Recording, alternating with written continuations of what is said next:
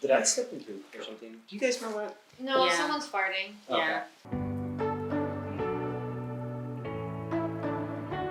What are we talking about? What are we talking about? What are we talking about today? We talked about, is your dog truly aggressive? Because a lot of people think that small things like snapping or biting incidents can mean that a dog is inherently aggressive. We can talk about what's true aggression. We can talk about that, and then I just had an idea of maybe like the topic of when you're out with your dog somewhere, how to like defend, like how to exist defensively and how to analyze your environment for potential red flags, things to avoid, like stuff like that. Yeah. Because there's like, when you were talking about that, and then it made me think of the time I was on like a trail. I was walking with Snoop in Lumos, and I saw a guy coming up with a pit bull on a prong collar that was fitted horribly on a flexi leash. So I was like, we're gonna go off to the side here, and I go like all the way off into the woods of the trail and the brush, and I have Snoop like tucked behind me and Lumos like next to me in front of him. And as soon, like, the guy, like, reels in his dog, and he's maybe, like, 10 feet away from me, and his dog's, of course, like, fully extended, leaning forward. He's like, oh, he's friendly. And meanwhile, his dog is doing that thing where he's, like, staring right at my dogs. And I was like, no, he's not. And he was like, what? Like, dumbfounded I said that. And I was like, what about this behavior right now tells you that your dog is friendly? And he's like, oh, well, I mean, he just wants to go over there and say hi. I said, he will not be doing that. Keep your dog over there. That is not happening today. Like, people have a really, really hard time, like, even clients, like, when they come in, and it's no fault of their own, because it's, like, years and years of this being done, but, like, on-leash greetings, like, you can blow people's minds when you're like, don't do those. And they're like, why? Why wouldn't I want my dog to go have friends? Yeah. And, like, you realize there's so many dangers in it. And it's just not worth it. And it's doing your dog a disservice. And if you have to be rude to people to defend your dog, then you have to be rude to people to defend your dog. You start nice, you know? Right. Oh, yeah, you don't have to jump right to being rude. Well, it's super, but like the reason I was so abrupt when I said, no, he's not, is because him saying, don't worry, he's friendly, I could see him letting go of that button at any second. And I was like, no, like, he's not. All he needed to hear was you to be like, okay. Yeah. Exactly. And it's like, that's like probably, that could be a cool discussion to bring up of like, how to communicate with people to not inadvertently invite in like interactions you don't want, or like different like cues that like incognito ways people say things that mean other things. Is he in training? Yeah. And then like Sunny and I do a lot of field trips for the board and trains, and recently we both had learned that you have to say no, he's in training, not he's in training. Yeah. Because they don't comprehend that he's in training means they don't want you to come interact with us. Exactly. Or the whole like, is he friendly? That really friendly? Just means can I touch him? Yeah. It doesn't mean. And then you don't want to be is he like friendly? People. I have no problem being like, no, he's not. Yeah. But some people like don't want to deem their dogs as unfriendly, and they get worried about that. So they're like, yes, but you can't pet him. Yeah. So. Yeah, you just have to like put a little addendum on there for most things. Yeah. Because it might come across as rude, but like any interaction that somebody starts with me about my dog, I'm going to at some point, even if they don't seem to ask, make it clear that I'm not interested in them interacting with my dog at all. Yeah. So, you know, it's like, it obviously if it's someone passing by me like, oh, what a pretty dog, I'm not going to be like, you can't touch him. That's a bit much. Right. But you know, if they're like, they stop, and they're like, oh, hey, buddy, wow, you're doing so good. I'll usually be like, oh, thank you, we're in training right now, you know, so we're still learning. And then that usually gets them to understand. That, I find that triggers more dogs than anything. Yeah, is when people are like, them. oh my gosh, how cute. And then it's just like, then they explode, you know? So I tend to just kind of like, when someone does that and they're talking to the dog, they're not talking to me, so I just kind of like keep walking. Yeah. I tend to try to ignore as much as I can and like not acknowledge it, because once they start baby talking to the dog and then you acknowledge them, then that's like what can open a conversation, unless you do something like that where it's just like, yeah, we're in training.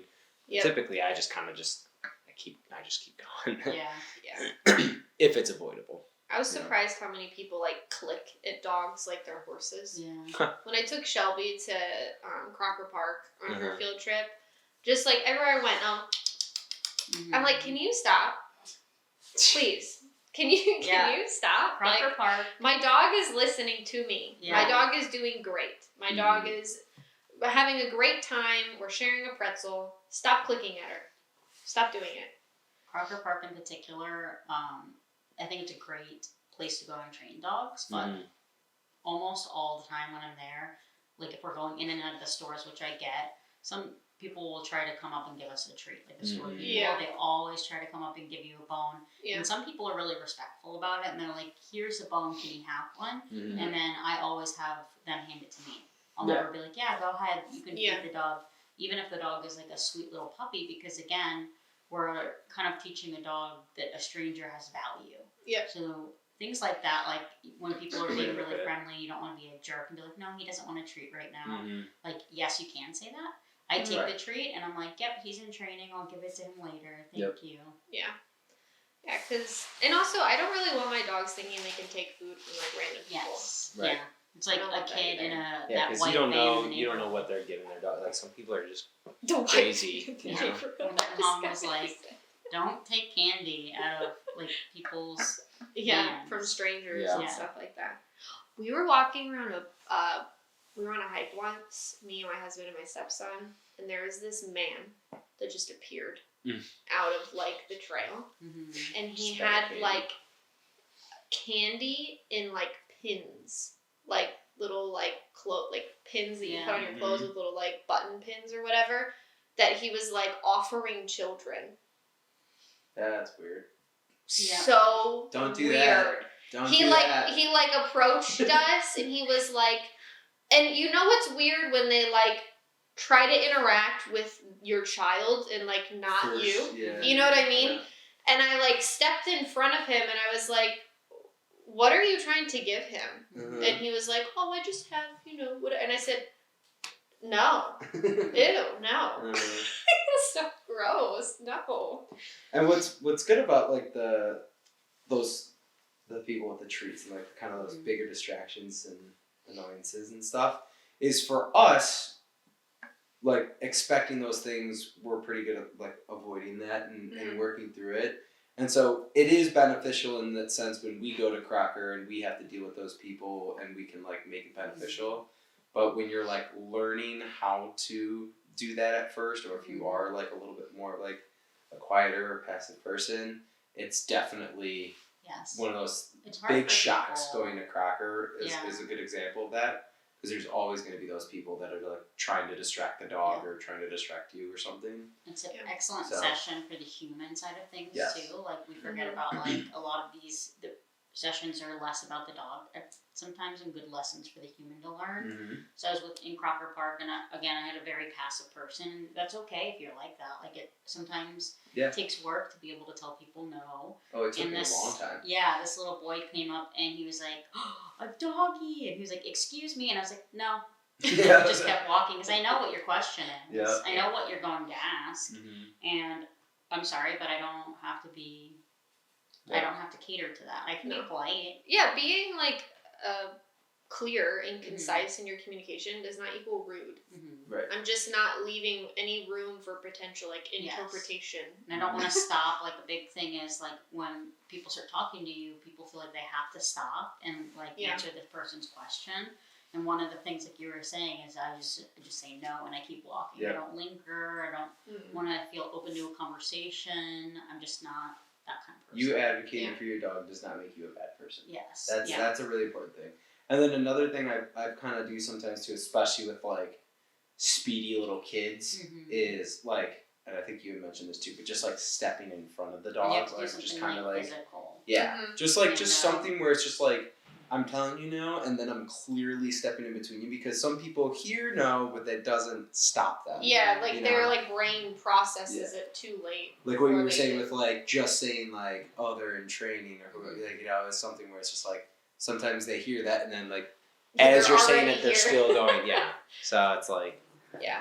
I understand like people love dogs, and I understand that your dog at home might be friendly, and your dog at home might do that, and you might allow that, and that's totally your choice what you do with your dog. But there's nothing to say that you're entitled to pet a dog in public. Yep. And then when sometimes, like, it's very rare, most people when I say no or they're in training, they're like, okay. Yeah. You know, I have rarely, I think like 1 or 2 times, like it was a kid and the mom was like, what?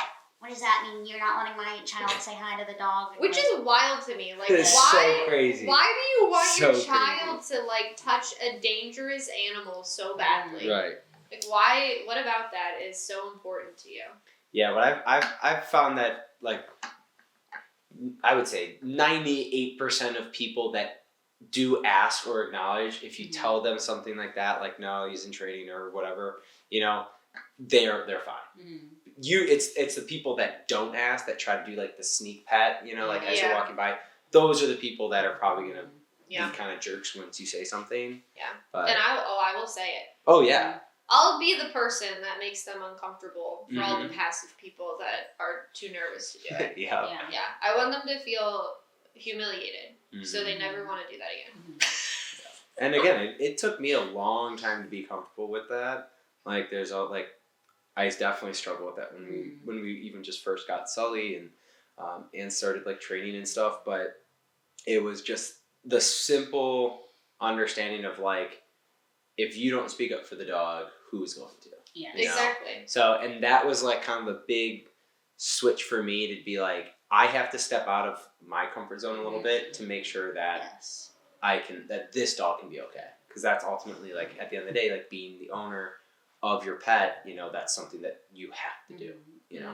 We forget like that it's a really uncomfortable position to put your dog in. And even if your dog is accepting, there are dogs that love that. Yeah. In the same note, I don't want that to be a mindset where they think that all strangers have value and then they become incapable of settling with you because they're always scanning and like people come over.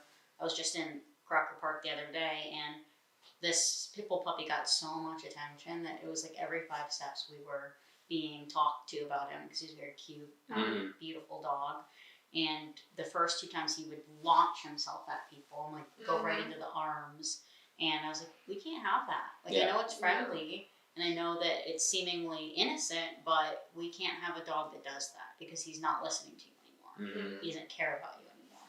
And that's where like sometimes I think that, you know, I an important distinction is that like you don't necessarily want to avoid interactions with people, but you have to be like firm in your boundaries of what is allowed to happen in the interaction because I think that getting your dog accustomed to like being stopped on the street and you having a conversation with someone and then learning that if someone does look down and goes, oh, you're being such a good boy, that they have to deal with that. And that doesn't mean they can break their sit or they can break their command or whatever. And I think that as annoying as it is that people go out of their way to distract a dog that does not belong to them, I think that is an inevitable part of, you know, training and taking your dog out in public. And so it's good in those circumstances to like, you know, if they're talking to the dog and he breaks the sit, you correct him, you put him back in the sit. Oh, good, can I touch him? No, you can't touch him. You know, he's going to stay in his sit right now. We can talk though, you know what I mean? And carry on the conversation, but and allow the dog the time and the space to practice like how to conduct themselves properly there. Yeah.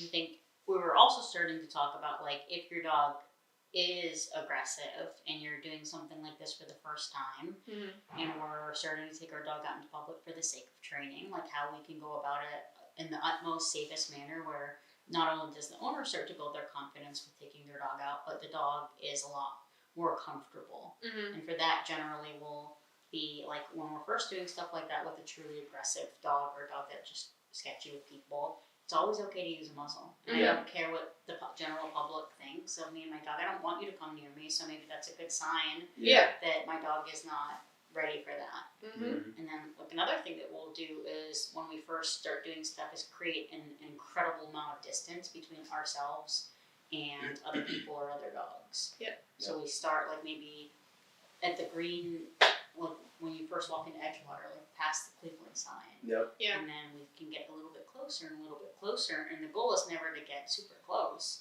but it's being able to have this dog start to get used to these things. Yeah. Yeah, the coexisting. That's what I like about Home Depot too, and we can take the dogs up there. And what I have the clients do, it's like, the first time you go there, I have like the path I like to walk and that little routine. But I always let them know, like, if at any point we come down an aisle or something and there's someone there or a cart or a loud noise or something that like you are uncomfortable, don't feel like just because I said all right, walk straight that you like have to. It's like I think that's a big thing for them that I find with like clients and stuff is like building that comfort level too. Again, it's just as important it is for the dogs to get out in public. It is important for the client to have their dog out in public as well. So that they can kind of build the trust and the confidence. Yeah. I think a lot of people struggle with the trust of having their dog out there, but so I've always found that's been I think very helpful. like very embarrassingly to admit, but I was definitely that girl in like my younger teenage or college years that would see the dog at the end of the street and be like, I have to go say hi to that dog. I'm like in college, like throwing myself on the floor to like pet the dogs, and it's like I truly wanted that interaction, but like I was that annoying ass bitch. Yeah, so I was definitely that person in my teenage years that would try to go pet dogs, and now I have no desire to pet anybody's dog. I don't want to go out of my way to do so because I know that it doesn't benefit the dog at all. No, it really doesn't.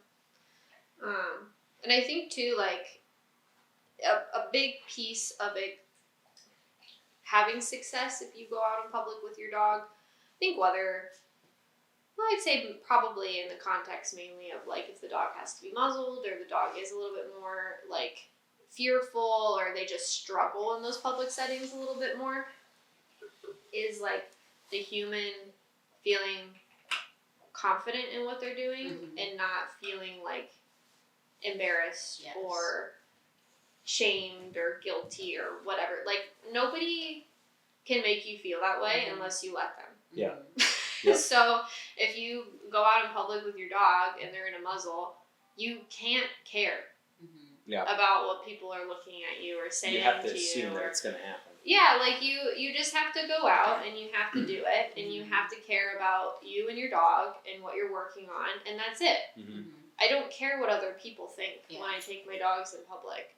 Like I don't care if they think that, oh wow, she's being so strict with her dogs, or I don't care if they see Lumos in a muzzle and they're like, wow, that dog must be mean. Like I literally don't care. Yeah, he can be. Yeah, exactly. like I don't care. Right. And if you take your dog out in a muzzle and internally you're sad, then you're not ready to be doing that. Yeah. That is going to affect and transfer to the dog. You go out in public with your muzzled dog, and if you can't hold your head up high and walk around Say it with and your feel chest. proud of what you're doing, then you shouldn't even be there because you're going to be nervous and hesitant and scared, and then the second somebody says something to you, then you're gonna get angry and defensive, and then it's just like it's a whole mess.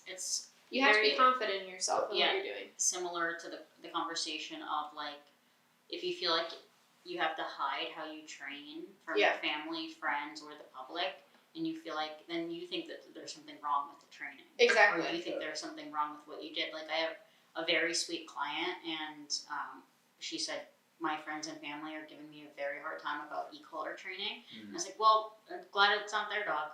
Yeah. And she would go so far to like post private stories, so like on her close friends list of the training, because she knew who she could trust. And I was like, if you want to do that, go for it. If that makes you feel more comfortable, but you should, if you're going to use the training method, you should feel proud of what you're doing. Yeah. You shouldn't feel, there's nothing to be ashamed of with using tools. And the force-free or positive reinforcement community has really drilled that we're doing something wrong, and you're not. Yeah. It's okay. here to tell you. Yeah, I was at Crocker Park with a client that has a really reactive German Shepherd, and she's come quite a long way, but she had like one reaction while we were there, and so she had to give her pretty firm e-collar correction of, you know how German Shepherds are, Yes. you know? Mm-hmm. And she was like, always in the back of my head, I'm like, if I have to correct her, she's going to scream. And then everyone's going to look at me. And I said, well, then you know what you can do? You can hand him a leash and be like, you take her home. You deal with it.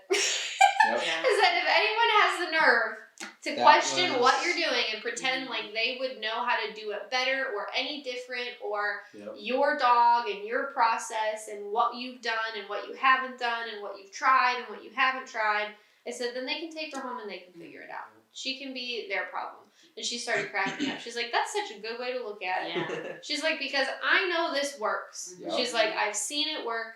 We're making so much progress. And it was just a funny conversation to have. Because that is, like, I get it. You know what I mean? Like, I get that correcting your dog in public can be nerve-wracking. But... Yeah, definitely. The purpose is that you're not, if we're having to correct our dog constantly in public and they're always screaming in a mess, then something there's something happening. There's But, something wrong there. once or twice in the training process, as we're doing these things, inevitably I want you to feel comfortable correcting your dog. Well, it's the same way that, like, with young children that throw a fit in public or do something in a situation to test, are you still going to hold me accountable in this environment, in this environment, in this environment? And the parents who aren't willing to not care about who is around and still, like, give boundaries to their child and make sure that they behave accordingly, the kids 100% take advantage of that. Sure. And they will continue to behave that way in public because they know that their parents are too embarrassed to deal with it and to address it. Yeah. You can't be embarrassed, you know, to the point where you're just, like, paralyzed with fear and you don't want to do something about it, you know? Yeah, that's another thing that, like, I would say, like, I personally struggled with as well at first, like, just like, or if I was correcting way lower, just because I didn't want the dog to yell, you know, and then it doesn't do anything, right? And that's kind of what you were saying, was like, then you're constantly correcting your dog, but it's not, and again, it's not that I'm looking for them to yell, but I'm looking for it to be effective, and sometimes that just coincides, especially with the German Shepherds, that you're going to get a yell. Yeah, it doesn't matter, like Sunday or Beagle. It doesn't matter what number that thing is on. Yep. And, like, especially if she's in, like, hunting mode. I mean, when I've had her at my house, it'll be on a 5, and I hit it, and she's... just like if it was on a 95. Like, if you move her out of the way, like when she was digging in the crates, and I literally gently took my foot and, like, guided her out, and she was like, I was like, I have a vocal breed, and she's a big dramatic baby, but that does not mean that she's unhappy in any way, or that does not mean that I'm being too firm or strict with her. She's just a And then there's dogs like Snoop and Cash that I've never corrected them at a level that has made them vocalize, and it's still been effective. The vocalization of a dog literally has no correlation to it being too high, too low, like generally. Yes. You know what I mean? It's like the proof is in the pudding. Like, did the correction work, and did it decrease the frequency of the behavior then moving in the future? You know, like it really is more of like you have to see how it then plays out after that situation to know if the level you were at was effective. Yeah. You're not going to know in the moment necessarily if it was effective or not. In the same way that, like, my clients that have that really big Harlequin Great Dane, Hazel, she was terrible on leash when they got her. They adopted her from a rehoming situation, and she had 0 training, and she was full grown, 2 years old, I think. So, like, just, like, really knew she could drag you to the ground and go wherever she wanted to go. And she was going to do it. And so the leash training was, like, a really big battle for them. And they had taken her to Edgewater the one week when we had gotten to more public outings. And they called me, and they were so defeated. And they were like, we probably had to give her, like, 50 corrections at 100. And they're like, we feel like it didn't do anything. Like, she barely had a response. Like, she just was, like, really struggling. It was awful. And I was like, well, hang in there. I said, I want you to go back tomorrow and try again. And they were like, we don't want to do that again. I was like, go back tomorrow and try again. And they go back the next day. Beautiful. Yeah. And it's like, in that moment, it felt like it didn't work. But we had to try again to see. We don't know that, though. We don't know. You know what I mean? Like, how many people do that? How many people have one bad experience? They're like, nope. And they never tried again. And they never tried again. Well, especially like the fact that they were persistent. Right. And they said, you will be getting these corrections every time you try to drag us to go see something.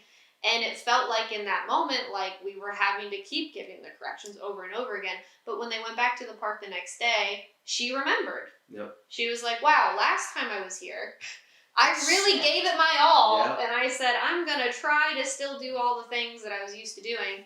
And she remembered, and she was like, I guess I can't be doing that anymore. It can be like really frustrating for clients to have, or even as a trainer, to have things not go the way that you planned right away.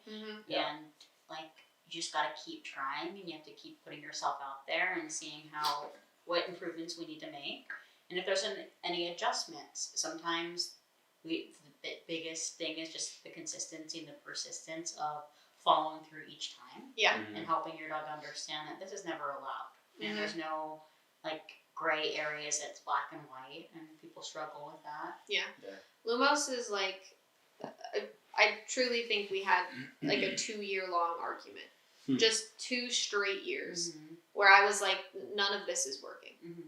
Like every day I woke up and I was like, how many things is he gonna try to attack today? Like that was my reality. Where I was like, and every day I have to, you know, consistently set the same standard with a dog where I was like, oh my God, it was just like a power struggle for 2 freaking years until suddenly it got better. And I can't tell you why. I can't tell you the magic thing really. I can't tell you like when exactly, but it's just like, here I am 10 years really, he's 10 down the line, and I'm like, suddenly we're not in the middle of that struggle anymore. You know what I mean? And it's like, sometimes your change is gradual. And it's not like a big sudden, oh wow, they went from crazy and out of control and aggressive to, oh wow, within a matter of a week, you know, everything is perfect. It's good for clients, like whether they're in their board and train or one-on-one sessions, to recognize that too, is that yes, the board and train, we do all the heavy lifting, but you're still going to have issues when you go home. Because there's nuances that we cannot predict in your home setting because we don't have a home setting. We try our best to get the dogs out and do these things, and they also have to start learning to listen to the owner too. That's the thing. Same with one-on-one lessons is that you're almost repairing the relationship before you're really getting into the meat and bones of the training. And you're having the dog look at the owner as the one that's setting the standard to the rules and being the leader. And sometimes dogs have never been told no, have never been directed in any sort of way, and it shows. And I'm sure you guys see that a lot with like the one-on-ones too. There's those like, I'm sure you know those clients that have been babying the dog. They've never told the dog no, and so again, it's a huge change for the client. It's something where it's just like, they don't have to change their whole life, because I'm sure they probably already are doing stuff catering to the dog that they don't really want to do, but they've just gotten so used to it because they don't want to tell the dog no, or never have told the dog no. And so I feel like there's such like a sense of like relief once they finally get that little bit of control back of like, okay, the dog has to listen to me, you know? But that's something with like the one-on-ones, some clients can kind of struggle with that a little bit, but you know, it's just a matter of kind of working through it still. Building both the confidence of the dog and the owner, and the confidence of the owner to hold the dog accountable, and the dog's understanding that their owner's going to hold them accountable. They have to build confidence in their owner, and it can't just be you coming to take over and work on these issues. The owner has to be part of it, like Killian. And great example. Like we had Killian like on lockdown when she left. She was perfect. She experienced a lot of things, and then when she went home, she ended up struggling a lot. Yep. And her owner really needed And we to be see coached. that a lot, you know, like or a thing that I see a lot with like the board and trains is when we do a follow up, and I'm sure you guys have seen this too, but they come back and they're like, oh, of course now they're like doing perfect at the facility. Yeah. Now of course They're or listening even to in your an ear. in-home, they're like, oh well, you know, Bridget's here, so of course you're going to behave on your best behavior Yeah, and stuff and and they not say mess around the house. Jokingly, but Yeah. like, what'd you just say? Exactly. And there's always that little Yeah. bit of like, well, there's a little bit of truth behind that because Yes. why? You know what I mean? Yeah. It's because Make them think about it. right. Why is exactly. It's 'Cause as we don't annoying as fuck it around. is like encouraging. Yeah. Mhm. I'm like, all your dog is doing is proving Yeah. to you that they can do it. Yep. Mhm. They Yep. just don't think they have to do it for you. Mhm. Mm-hmm. They're like, they act completely different when you're here, and it's generally meant in a positive way. Like, Right. Yeah. the dogs are not fearful of us or Yeah. don't look at us like, oh shit. Yeah. Mm-hmm. They're just like, oh, this is the person that's going to hold me accountable. Yep. Mm-hmm. Yep. Yeah, it's and that's something I see too with like in homes and stuff. The dogs will still try to push it, but then it's like, but then I do, and they're like, okay, so I have to listen to Seamus regardless of where I am. Yeah, whether or not the facility, in the Yeah. park, or at the house. Yep. The difference is that they'll listen to you quicker and easier because they have no emotional history of not listening to And you. you don't have any emotional history with We them. have such a different bond, and I say that all the time. We have Yes. such a different relationship. Yes, and Right. we're huge dog lovers, and none Oh, of yeah. what we do is ever to be mean or nasty to a dog. It's Mhm. I have to learn how I can help you and how we can work together to solve your issues with your dog. So And a lot of ultimately, times that's you just enjoy. being more firm. Yes. You know. Yeah. Well, it's just not like being your best friend. you kind of figure out over time like what things are a big deal and what things aren't. Yeah. Mhm. And I think a lot of times the general public has them swapped. Yep. Mhm.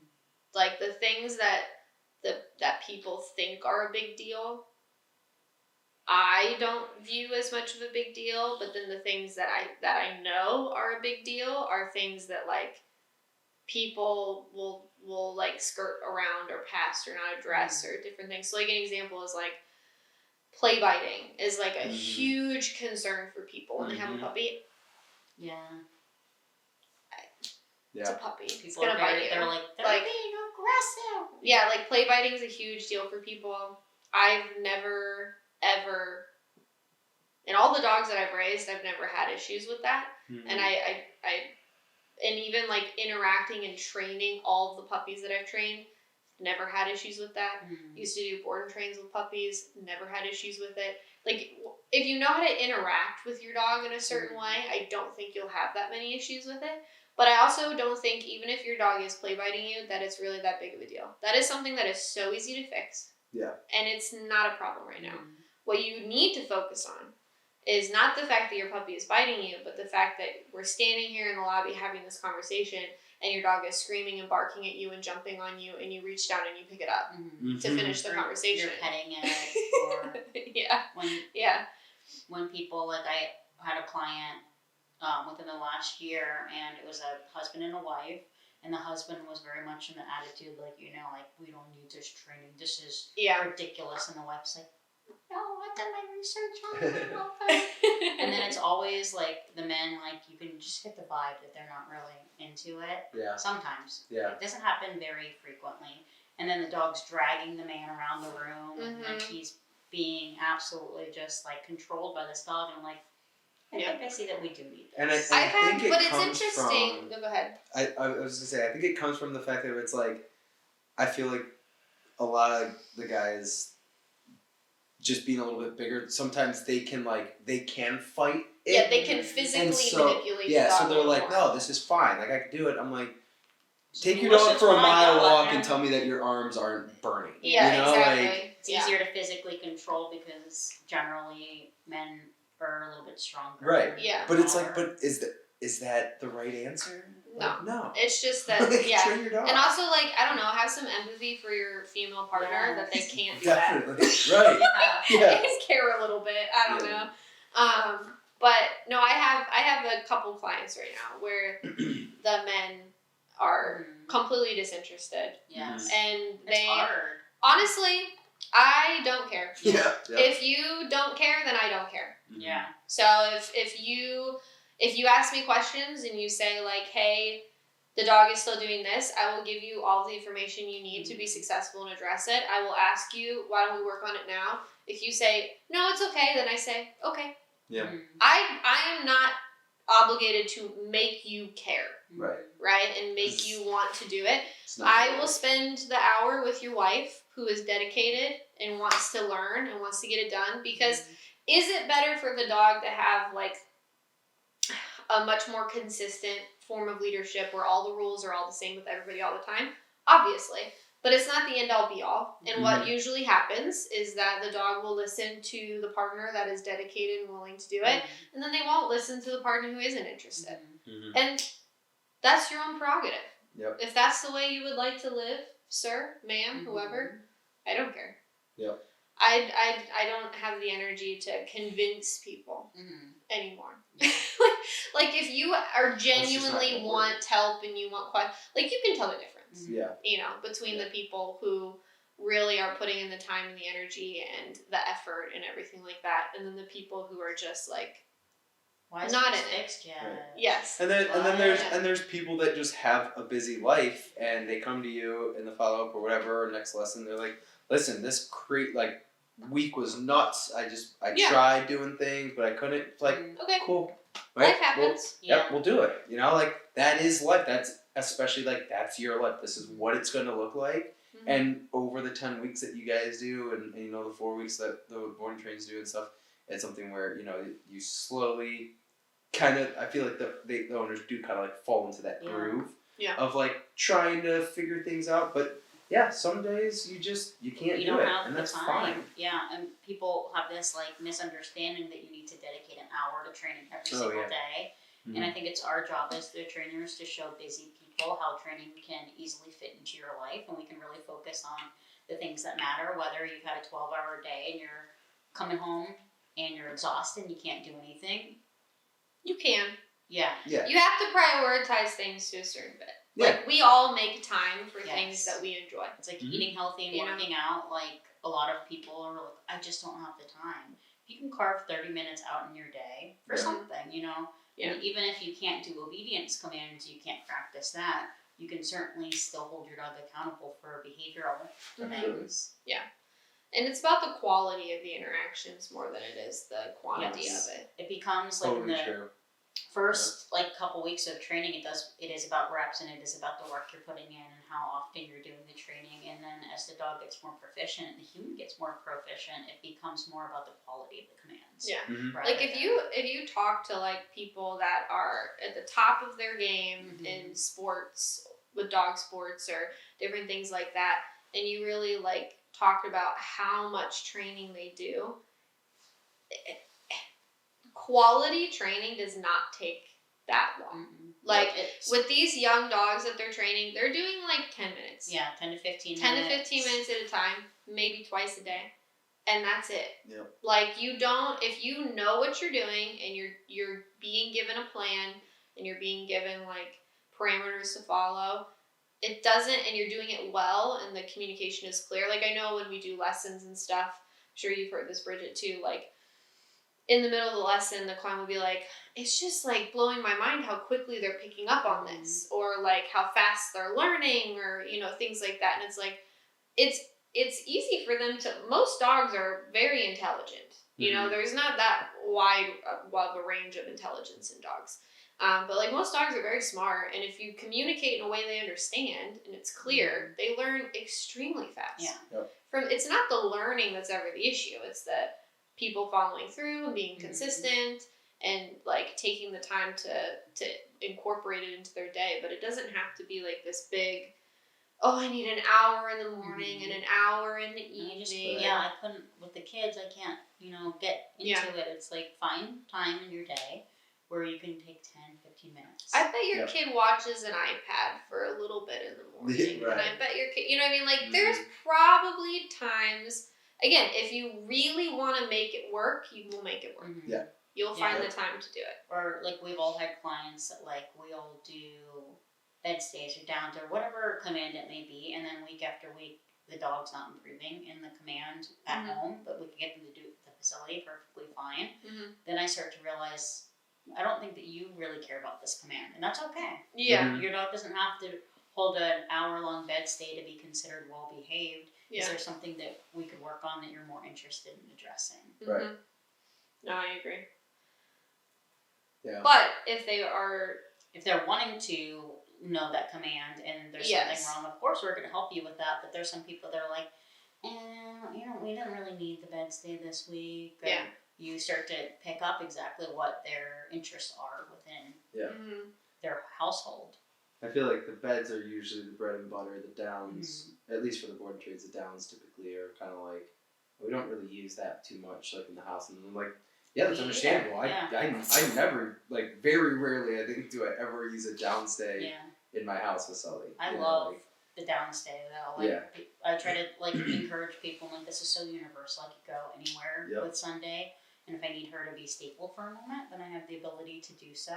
Right, and that's the benefit of still practicing it. But some people that don't take their dogs places, they're like, that's an in-house dog, whatever, Still shouldn't be pulling toward people or barking at people, and we can address that, but what's important to you and your dog, and you can think about that a little bit. Mm-hmm. Yeah.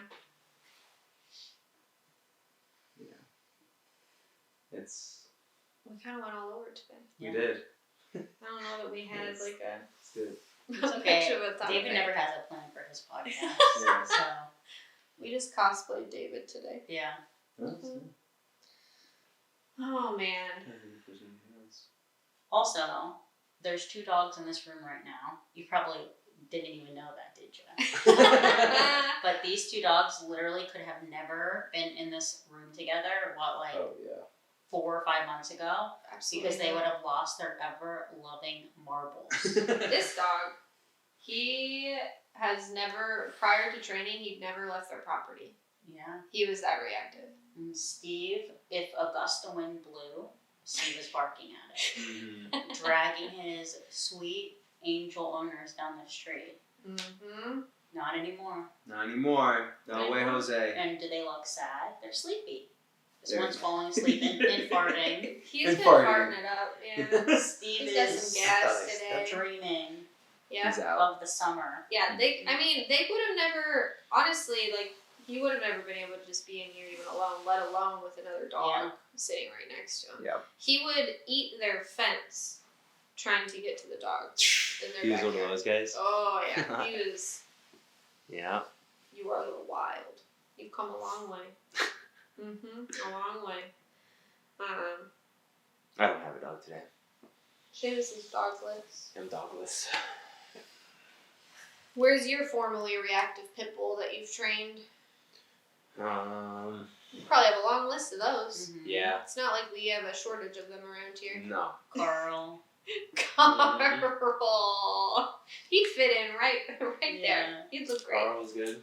I've had my fair amount. Doug? Oh, Doug's a Corso, though. Yeah.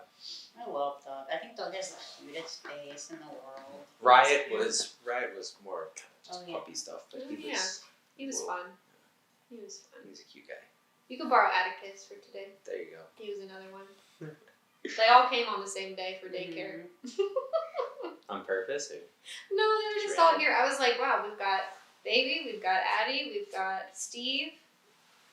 Yep. They're all here. Gang's all here. Yeah, when people try to be like, someone's training is so mean. Be like, well, Atticus's getting people, shit done.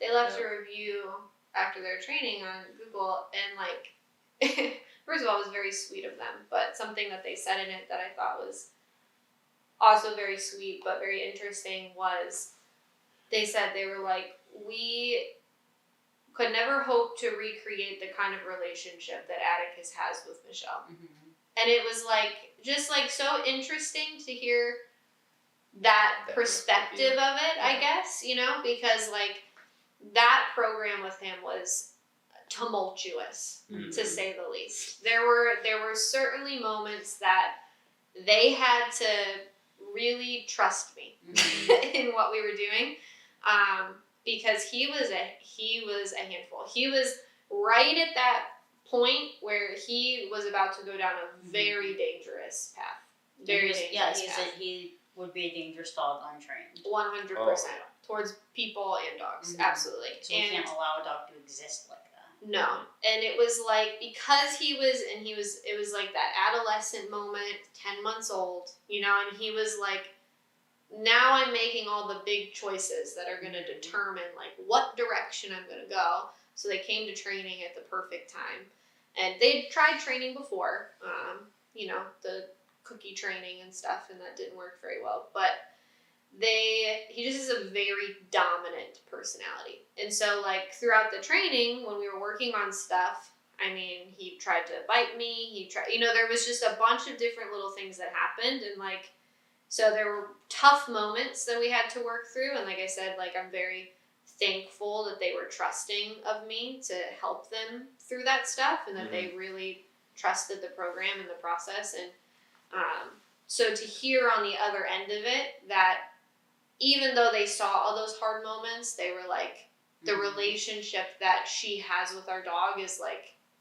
just eons different. You know what I mean? I just was like, thought that was a very interesting angle to take, because like you said, so many people claim that what we do to these dogs is going to make them hate us, and that, you know, it's going to damage the relationship and everything. And it's like, I don't think so. Not from, you can't, those owners would be the ones to know if that happened. You know what I mean? Yeah. The same way like with Ruger's owners, the Corso that I worked with, you know, like very tough moments with him as well. And they said the same thing. They're like, just the relationship that you guys have now, it's just different, you know? And like all of my dogs are very, very happy to come back and see me, and I haven't ran into anybody that hasn't been. But like I had an owner a while ago, and I'll explain this in a second, but he goes, wow, he really hates you. And I'm like, and he didn't hate me in the way that like he was aggressive or anything unmanageable. And I was like, what do you mean? Because he wasn't doing anything wrong. And it was just because they never held this dog accountable for the issues that they were experiencing for a while, and they go through lapses of his behavior just being awful. And when he came to me and I was ready to set the standard, he's like, geez. So sometimes people can read that as the dog is unhappy, but in reality, the dog knows I'm going to hold them accountable, and then we can work on building our relationship. But it was just a funny moment, and the dog loves me. I just have standards. Yes. Right. I have boundaries on how you're allowed to treat me and interact with me. And I think that like, even that big XL bully that came in for training and stuff, and he was so out of control and wild. I mean, he was like tackling people, peeing everywhere. He was just like so crazy. And he came in for his first lesson, and this poor woman is just hanging on for dear life, and he's dragging her around the lobby. And frankly, it was just like, I needed to get him under control because it was kind of dangerous. And she was trying her best. Trust me, this is just a massive dog. And so I took him, and, you know, we had a little conversation. And then he was like, oh, this lady. And so it's similar in that the dog, it's not that the dog hates us, it's that they're baffled. They're almost baffled by like, how in the world did you make me do that? It's like the Caesar Milan energy. Like for years and years, people were like, he just has this aura inside of him, this thing, and it was just like, no, he set boundaries in a way that the dog understands that dogs set boundaries with one another, and the dogs were like, I have to respect this dude. It's not that the dog hated you, it's just that they're so used to probably letting the dog like jump around, be excited, be super high stimulated, and it's something where it's just like, when he saw you or after giving a correction, he's like, oh, gotta shut it down, you know? And it's like, some people that aren't used to seeing that perceive it as, oh, well, they're scared or they're mad or they're jealous, whatever, you know? Caesar ran so we could walk. He did. He really did. Guys, I encourage you, if you haven't, go back and watch the early Dog Whisperer episodes. Just Before get ready. it got checked. Read his Before book. it got checked. Right? Well, but honestly, still to this day, he's still doing the same shit. Oh, yeah. And like, I love that for him. Now he has like, do you see he has like a parrot now? He does. Well, he's always had tons of animals Yeah, on his yeah. farm. He has like llamas and, you know, emus. Jeez, And he puts all of the animals together. He goes on pack walks with his large birds and his dogs. And it's just adorable. The camels. But yeah, go back and watch the early episodes because it's wild. This stuff was on TV. Absolutely wild. Wild, wild. Yeah. What do you got there? The heck is that?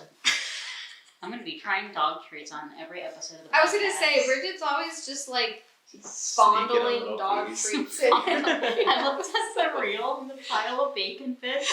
It was so distracting. Like, to my eye, I was like, I could not even understand what I was saying because I just had like ripped up bacon bits here. Oh my gosh. Are you sharing those? Baby wants one. Baby. I was gonna you launched it at him for a second there. Would you like one, I baby? don't think there's any way he's catching that. It's gonna make me fart some more. He loves We're Oh, you farting spit it storm. out? You tried it. You don't want it? Nice.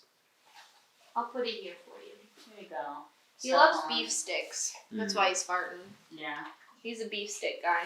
You're a beef stick guy. We didn't even do an intro. Yeah. No intro. No intro. Next week we'll have the better mics. We fingers were live, crossed. too. Wait. Hopefully. They're here. We Look have at them. We I don't have know. them. He's going on So we vacation, approve. See that? We're not Isn't lying. he is leaving, you're right. so We gotta have him before he leaves. Mm-hmm. I hope the We're sound setting up quality's for that. better. We'll get them. Mm-hmm. Let us know what you want us to talk about next week. Yeah, if you have suggestions or things you're curious about, let us know. Absolutely. Mm-hmm. Bye, guys. Happy training. See ya.